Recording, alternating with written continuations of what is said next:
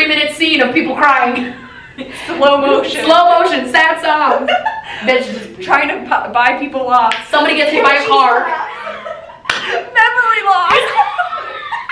Childhood friends. They were childhood friends. Before I tell you what I think, what do you think? I was gonna say, what do you think before I tell you? For like writers to write things that wouldn't get past censorship. Yeah.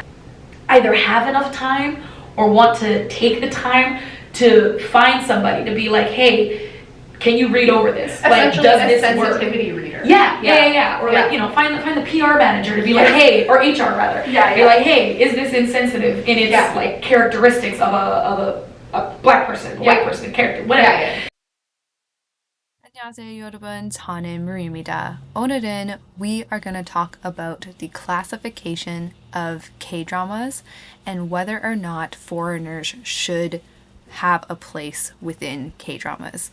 My friend and I, Nikki, who is also an Asian Area Studies major at the University of British Columbia, we sat down today and had a really impromptu discussion, which I am leaving completely unedited for this upload because I think we talk about a lot and I think the progression of our conversation is quite interesting and all of the different branches that we go down.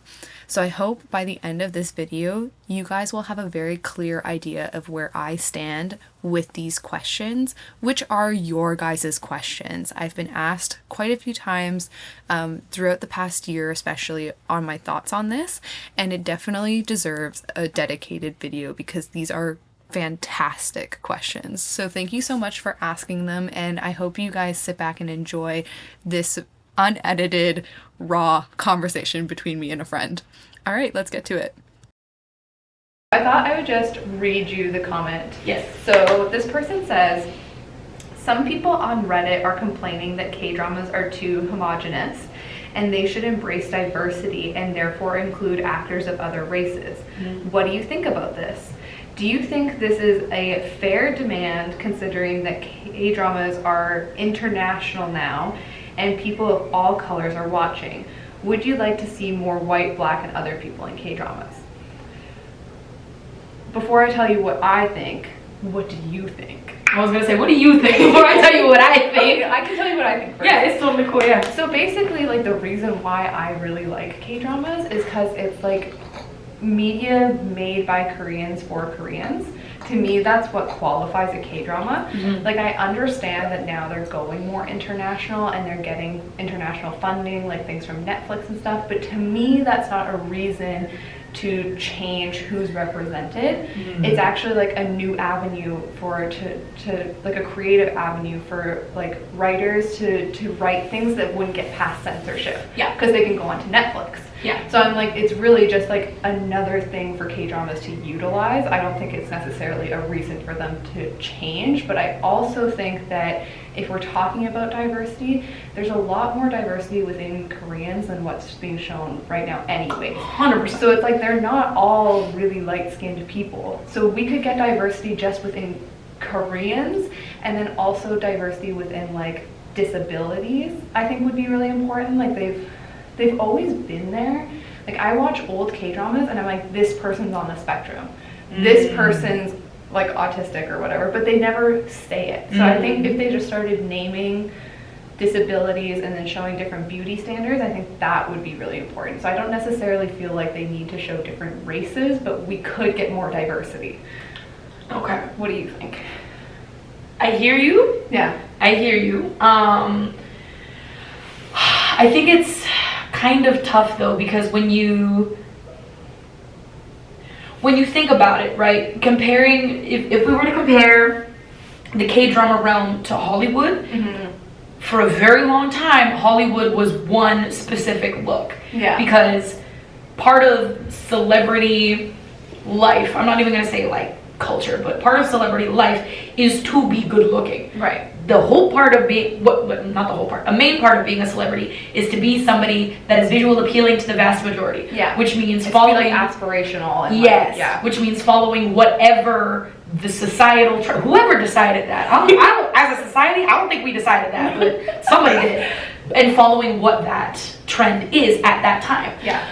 And so I think especially with Korea being such a lookism country and being a trend country at the same time, it's a very narrow scope as to how you can look, especially if you want to be on screen, because there's that really ugly, like, I don't like the saying the camera adds 10 pounds, but there is a truth to it. Like, I've been on camera every now and again, and I'm like, do I really like, I know I don't, but it's that camera trick, right? And so there's an expectation, right? Especially if you're going to be on camera, you have to look a certain way. Because once the camera does its, you know, quote unquote magic or disservice, however you look at it, it's going to make you look different. When it comes to accessibility diversity, I think there's a slow kind of transformation with that, because if you look at Strong Woman Do Bolton, like the older Strong Woman or the one that's currently the first one, Strong Woman Bong something. I know what you're talking about. Because she is autistic, right? Oh, was she? That, like, it's the law drama, right? Oh no! I'm thinking Extraordinary Attorney. Ooh, I'm so sorry. I'm so sorry. No, but yeah, you're right. And she is open, like they've openly said, she's on the spectrum, right? And so, like, there is diversity happening, because, like, when people are saying, like, oh, diversity specifically in color, like, that's already happening. Like, shows like Itaewon Class had a black male actor on it, and then Squid Game had an Indian actor on it. So it's like that is slowly happening, but I think the new, like, bar there is that those actors need to be able to speak Korean. 100%. So I don't really know what people are asking for, because I'm not on Reddit, so I don't know if they're just like, we just need diversity, and I'm like, but I think it should still be reflective of Korean culture or society and culture. But at the same time, there are more and more foreigners in Korea right now who speak Korean, so then it would be reflective In Seoul, you know? Yes. Not outside, because this is the other thing too. Like, majority of the foreigners that people are talking about are in Seoul. If you go outside, Korea, which is fine. That's the thing. But I also think, to speak to your point about having more diverse Koreans on the show, also needs to be a thing. Because then the other thing too is, it's like they've found the formula, and they're sticking with the formula that works, right? And that's always going to be the thing. And so within that formula, there are going to be specific aesthetics that work best for that formula. And what we're seeing now, the way I see it, what we're seeing now with the branch into Netflix and other streaming platforms allows for more variety in the script. And so within that, we're now able to have a couple more diverse people within there. However, the big catch is, yes, the foreigners need to know how to speak Korean, because everything moves so fast over there. And everything moves in an accelerated timeline. Because I remember when I was there, I'd be walking around at like 2-3 in the morning, and they're fucking they're filming. Full scenes are going on in the streets, because it has to be like when people aren't around, or it has to be a night shot, whatever. And so I think one of the big issues is, if you're wanting to have culturally diverse representation on the shows, these are also going to have to be people who are used to that. It's not a good system, but they're going to have to be people who are used to that system. Well, that brings in such a good point, because if they start bringing in, say, like, foreign actors who have different, like, actors guilds and different working conditions, like, if working they're part rights, of a certain union, like, it's going to cause some conflict. 100%. For sure. Because I know those working hours are not legal working hours. Nor does the pay equate to what it is. Because you're supposed to get overtime, right? You work a 12-hour day. Anything beyond that, you get the overtime. These people, I'm sure, are pulling like 16-hour days to film an episode, because everything gets done at once. And a lot of these scenes are on location shoots too, right? They don't do a lot of green room stuff. So now it's travel time, it's transportation, it's like hair and makeup before we actually do the shoot. Then we do the shoot for the day, then we got to move to the next location. Like, it's a very demanding industry at best, when the rules are in place and when the rules are followed. And my firm belief is, the way that the industry works over there, they don't follow the rules. Whatever rules there are, they don't follow them. And so it's hard to get outsiders to buy into that and be even willing to participate. Because, like, did you ever watch Legend of the Deep Blue Sea? Okay, well, it came out maybe 10 years ago at this point, and it has this character in it who's a mermaid, and she goes to land to try and find her true love or whatever. Very Disney, very Little Mermaid. I really like it. Oh, sorry, I can't name drop, can I? But I was watching this Instagram reel she was a white actress who lived in Korea, and she spoke Korean and stuff, and she was actually hired to be one of the extras as a mermaid. And she was telling her story about she filmed for like 12-hour days, and she had all these scenes that she was really excited to do, and they all got cut from the show. Yeah. So it's like, I think there's a lot more going on behind the scenes that eventually don't even make it. Like, people can ask, like, oh, we need more representation and stuff, but it's like, one thing I do think it's slowly happening, and then for other reasons, they could intend to show representation, and there's other roadblocks, say like screen time or whatever, that just get cut. And I was actually just talking about this earlier today too, where because everything moves in such an accelerated timeline, there's really not a lot of room for character development as it is. Yeah. And so even before Itaewon Class, there was one, I don't even know what the show was, but I remember seeing the clip, and it was a black guy who was working at a convenience store as a cash register. Which one you're talking about. And he's just like rattling off these numbers super fast, and it was like a really cool, impressive thing. Yeah. But then I was like, I guarantee you they just put him in for like the humor factor. Yeah. Right? And I think if you are wanting representation, there needs to be specificity of what that representation is, because even in Squid Game, Ali got a lot of flack because he was using honorifics all the time. Yeah. And like, there were people who were taking issue because they were like, oh, why is he, placing the Korean characters above him and all that, like, why aren't they speaking more friendly? And it's like, no. First of all, that's a whole other set of issues, because like the formal language system is its own thing. Yeah. But then it's also like, if you were to do that, then there's going to be another demographic who's going to get mad. Oh, yeah. Right? Because they're like, well, why is he speaking informally to all of these people? Absolutely. And that's going to be its own thing. So I think if you want the representation, you need to be specific about it, because Yeah. it's very easy to throw in your token black character, white character, Indian character, anybody. But then they're not in a serious role. Yeah. Right? And so it's like, if you want them to be taken seriously in a serious role, that's what you need to specify. Otherwise, they're going to be there for comedy. Yeah. That's what we had in Hollywood for so long. It was like the token fat friend, or the token black girl, or whatever, right? Yeah. So. Because then, like, I was thinking of a different show when I was like, oh my god, I know which one you're talking about. But there was this show that was set in like a convenience store, and there was a Korean character, but he was coded as black. Like, he had dreadlocks, and he wore like a little like he was really coded as black, and they represented him as being really disgusting and like not very hygienic and all this stuff. So that brings up a lot of questions about like, are you educated enough to try and bring in diversity and do it in a sensitive way, and be like receptive, and like, because I can totally envision a scenario where they have this like Korean script, and they're like, oh, we want to write a black character, for example, and they start auditioning black actresses or actors or whatever, and they come in and they're reading it, and they're like, wow, this is full of stereotypes, this is really like discriminatory. Yeah. It's like, you're opening up a can of worms. I'm not saying that is a reason not to do it, but you have to think about it. Absolutely. And then it's, as an actor, these are the choices you make, especially if you are lucky enough to have some kind of say in the jobs that you take. Yeah. Then it's, okay, there's a role that would work for me, but it's incredibly stereotypical. Yeah. Is that something that I want to take on, project to the world, and then have that filmed forever? Yeah. Right?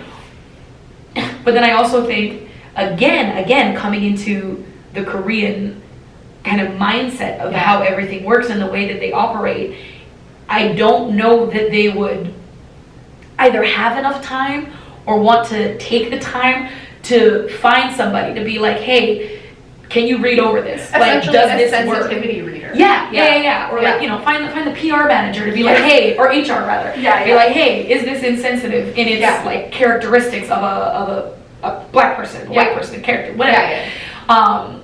And so I don't know if they would have that time. I don't know if they would care to find that time. Or like, right? even the resources, like, are they gonna have to do like another sponsored ad in the show just to be able to include diverse characters? And it's just like, it's something and then I also question, like, when people ask for foreigners in their K-dramas, what do they mean? Because are other Asians included in that? Because if you have a Japanese character, a Chinese character, would that satisfy people's need for foreigner representation? And that's what I'm saying. If you want to have a foreign character, you need to be specific, right? Or like if you want that kind of representation, you need to be clear on what you want, because a general statement was like, we need more representation. Great, we'll bring in 2 Japanese people, 2 Chinese people, and 1 Vietnamese, and then that's your representation. That's it, yeah.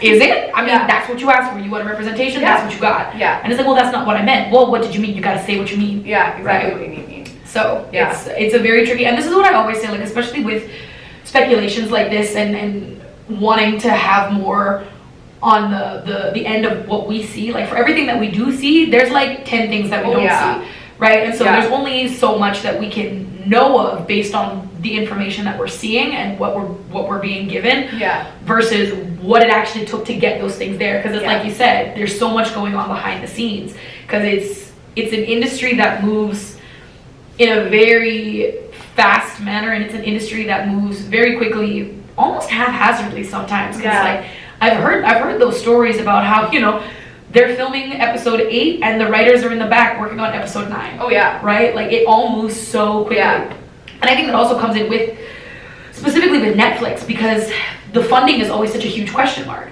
So we never really know until like 2 days before we're filming the pilot how much money we're gonna have, how many actors we can source, like all of those things. And so it's very hard to create a fully fleshed plan with full representation, with full character development, with all of those details that we're used to seeing in North American media, when we don't know what we're working with until we've actually got it. And I think it's very hard to that plan. like people don't actually realize is how new the K-drama industry is. Like, you think about it, and it actually has not been around for that long. And I mean, like, if you compare it to Hollywood, who's had like a few centuries. Hollywood, okay. And like, so like K-dramas, what was that show that I was talking about a while ago? Winter Sonata. Winter Sonata. It's like it was like the true springboard of like how big K-dramas to expand it. And what decade was that? The 2006. Yeah. Sorry, decade. It was the 2000s. The year was 2006. Yeah. So like, I think really, I would have to look this up. I have to fact check. But like, I'm pretty sure that like the K-drama world that we kind of know now only really started around the 80s. So to me, that's like, this is a really young industry. Yeah, all things considered. And I mean, that's the other thing too, because I understand that K-dramas are expanding and becoming more recognized worldwide, but I think it's different in comparison to looking at the music industry specifically. Because we can see those results of how big the music industry has expanded internationally, versus with the K-drama realm, I feel like it's still very much within Korea. There are many people around the world watching the K-dramas, absolutely. But how can you market that internationally too? There was the one guy who came for his fan meeting here. I don't think those tickets sold very well, because I was getting ads for that all the time. They were pushing it really hard. It was in every storefront window that I could see. They were pushing for that fan meeting really hard, and apparently he's like a really well-known actor. He's been in a lot of stuff, but he can't sell tickets like that for a fan meeting, because it's simply a different manner, and it's a different expectation. And so when looking at it comparatively, it's its own life force. But I think K-dramas are still really catering to the Korean audience. Oh, for sure. I would agree. And so with that comes the formula that they know works, which is unfortunately a lack of representation, very limited storylines. And the like, right? But well, I have another branch to this question, because a while ago, probably during the summer, I had a very similar comment come up where I was reviewing the show called Pachinko. And have you heard of it? I've heard of it, but I don't know anything about it. So basically the storyline is like this intergenerational story about how this family has moved. So like, it starts in Korea, and then the grandma of the story, essentially, she marries someone who's working in Japan, and then she moves her family to Japan, and now her descendants have grown up in Japan. And it's very like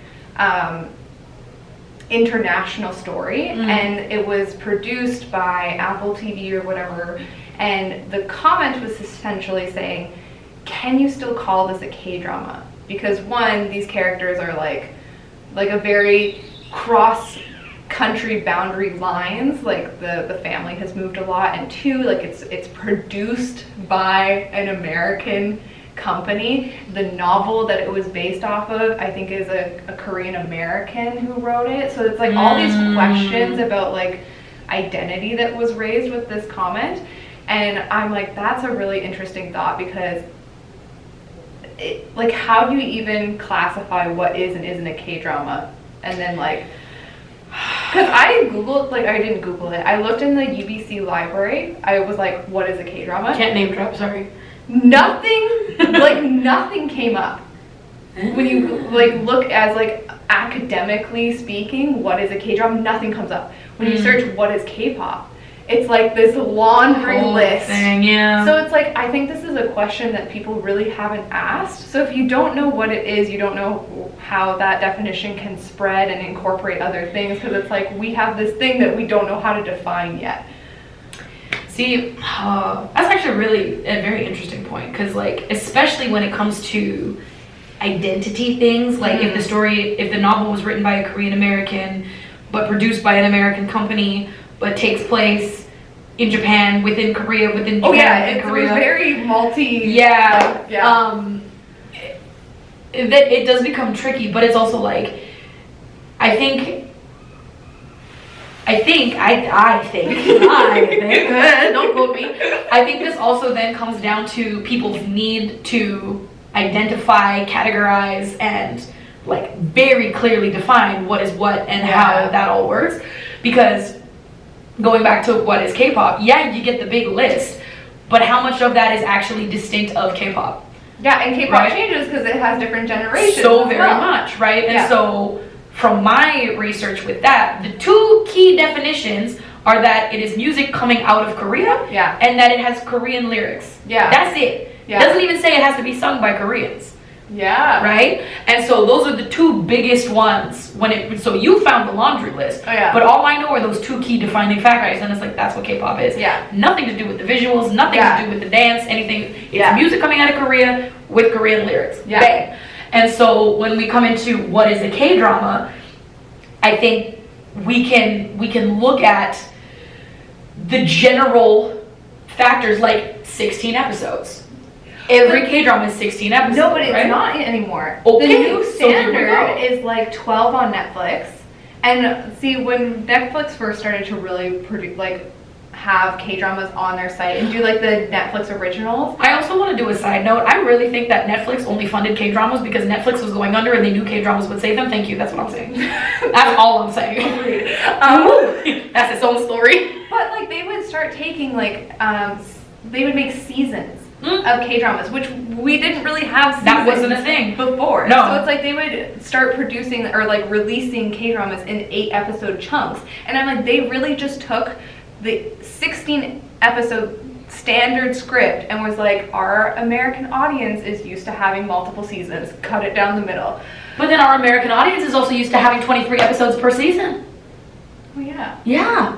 When you look at like TV sanctioned series, whether it was a 1-hour series or a 30-minute series, 23 episodes, or like 21 to 23 per season, and then all of a sudden, again, because we don't know what we're working with until we've got it, because Netflix has a big old question mark with their budgets and their funding and their writers, directors, whatever, all of a sudden it's like season 1, 4 episodes. You're like, Brah! So, but in that same sense, looking at the K-dramas, you still got 16 episodes. Yes, it's cut in half, but you still got 16 episodes. Okay, generally that means, great, 16 episodes, minimum 1 hour per episode. Okay, so now we're looking at more general key indicators of what constitutes a K-drama, right? 3-minute scene of people crying. Slow motion, sad song. That's just trying to buy people off. Somebody gets hit by a car. Memory loss. Childhood friends, they were childhood friends. So those are like kind of also key indicators of what, K-dramas are. They're granted, they're very stereotypical. But it's also something that we can expect when we start watching K-dramas on a regular basis, right? And so for Pacheco, it sounds like it's not a typical drama, but it still could fall within the category of what a K-drama is. Yeah. Despite it being, and I mean, I think, obviously, I don't know about the drama, I don't know about the author of the novel, but I think particularly when it comes to markers of identity and questioning that identity, it generally falls more to the culture that you're not familiar with. Mm-hmm. So assuming that this author grew up in America as a Korean American, this novel probably is an exploration of the Korean side, because that's not necessarily what was as familiar to them, right? And so even with the borders of where the story takes place, I think it's moving into that realm. So I think it could still be classified as a K-drama. I think it's an exception to the typical K-drama, but under the general umbrella term, I think from what it sounds like, still a K-drama. I personally would agree that it's still a K-drama, but I was coming more from the fact that like it's telling to me it was still telling a Korean story. And all the actors were Korean, and the language that was primarily spoken was Korean. I mean, there was some Japanese and there was some English, but it was still primarily Korean. But this comment really got me thinking about, okay, if we want diversity, and suddenly if things are set, like say in Japan or America, but they still have Korean actors, but now because it's set somewhere else, it's not a K-drama, are we now walking a really kind of almost dangerous line that we have to have everything caveated? I don't know. Caveat? I mean, it's a caveat. Essentially, I'm like worried that if we get more diverse characters, or if we start telling more diverse stories in terms of identity, are we now making like this new benchmark that like 80% of the cast has to be Korean for it to be a K-drama, or 80% of the language, you know what I mean? That like, I don't think these restrictions are necessarily beneficial for creativity. Very fair. And to that, I would then say, okay, let's take it from the 2 points of the music, right? Coming out of Korea, which it did not, because it came from Disney. I think the majority of the filmmakers and the actors and the sets, they were all in Korea, but the money to make it was coming from outside. Okay.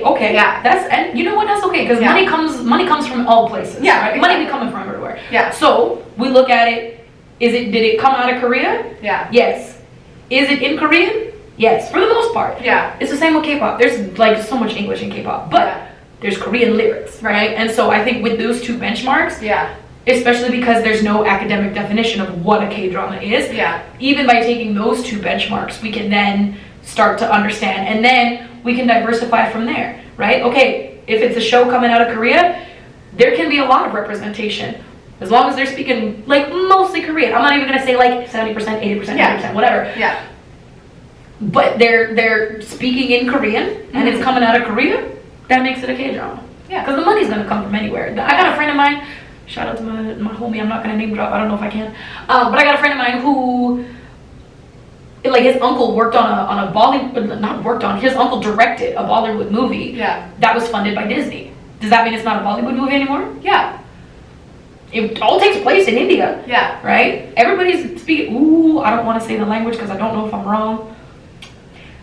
I honestly am not familiar enough with the languages. Neither am I. I know what the languages are in terms of but I can't distinguish them. But at any rate, they weren't speaking English. Let me say that. They weren't speaking English. So, and it came out of India, right? Yeah. It was for the Indian audience. Yeah. And it wasn't a movie I'd ever heard of. I wouldn't have heard of it if it wasn't for my friend. He was like, yo, my uncle directed this whole thing, right? Yeah. And so it's just the money came from Disney. Right. And it's on Disney. Okay. Right? I have another case study to bring up. Because now we're talking about money, and this brings to mind, there was a show a few years ago that basically Korean audiences banded together to get it canceled because the funding was coming from China. Ooh. So this now makes it seem like, okay, us as foreigners in Korea, we can have all the opinions on K-dramas and K-pop that we want, but it doesn't really matter at all because it's made there. Yeah. So it's now we should be asking ourselves, what does Koreans think K-dramas are? What do Koreans think K-pop is? Because if they think that where the money is coming from is so important that they could get the show canceled, then I feel like we as foreign audiences, we need to be receptive to that and like be like, okay, that we gotta just. That one's tricky though, because like, Not done. We are not done. We still have daylight. Yeah, we got light. We're good. Cameron's done. Cameron's like, you talk too much. Like, yes, we do. Do you need more movement? Oh my god. Oh my god. 10s across the board. 10 out of 10. We love it. We love to see it. Oh my god. Oh my god. What were we saying? Money, Identity, China, right? Yeah. Money. Yeah, I think with that particular instance, obviously, again, with the stuff that's being shown that Koreans maybe feel like they're trying to appropriate, like that is a whole historical aspect that runs so deep that like we, like me on outside, I'm like, I'm not even gonna touch that. I'm not touching that. If that's how you feel, I'm gonna respect that because you are much more closer to the situation than I ever was or will be. Yeah, because like I feel like as someone who is not experiencing the sense of oppression that you're talking about, that's still that long-term effect. You gotta listen to the victim. Yes. You can't be like, oh, just get over it or whatever, like whatever. Don't tell me that. Don't tell me that. Don't tell me that. Yeah, no, 100%. And so, because I mean, and the thing too is, it's like this is something that still goes on, right? And so when this drama, when was it set to be like filmed or released? Oh, it was. What was the? It was like a historical fantasy, essentially. Like it was set in the Chosun dynasty, but there was zombies. Okay. So, but was it like a 2010s, 20? I made a video about it. So. Oh my god! Look at you. Because I really didn't like the way that the foreign audience was speaking about this. A lot of people were like, Koreans should get over it, like they need to separate their media from real life, that sort of stuff. And I'm like, I think they're missing the point of what happened. So I made a video about it. But also, like, part of the point of media is to tell the stories. Yeah. And like, granted, okay. It was 2 years ago. It actually has a good amount of views. And the discussion, like the comment section on this video, it got heated. It's one of the most, like I got 262 comments on this video. It just, people had opinions. People had stuff to say. And that's fair. You know, everybody is allowed to say what they want to say, but ultimately, like, we have to understand especially as Western folks, we have to understand our limited view on that. Yeah. Because, like, again, that is a very long-standing history that we had no part of. Yeah. For a very long time. Yeah. The earliest that we came in would have been World War II. And that's not even us as Canada. That's like America, right? Yeah. So I think it's a tough thing, but I think particularly in that sense, if the Korean people felt strongly enough that this needed to go, and they cared enough to band together like that, that is something that we need to say, all right, there's a reason for that. Oh yeah. And we like, just because we don't understand it doesn't mean that the reason's not there. Again, for everything that we see, there's 10 things that we don't see. Yeah. For everything that we know, there's 10 things that we don't know. So like, And this brings me to another thought where it's like, there was this discrepancy between we've been found out. Should we go say hello? Yeah. Okay. Absolutely. Let's go. So we got interrupted a little bit. Should we just stop for a second? Yeah. Scary.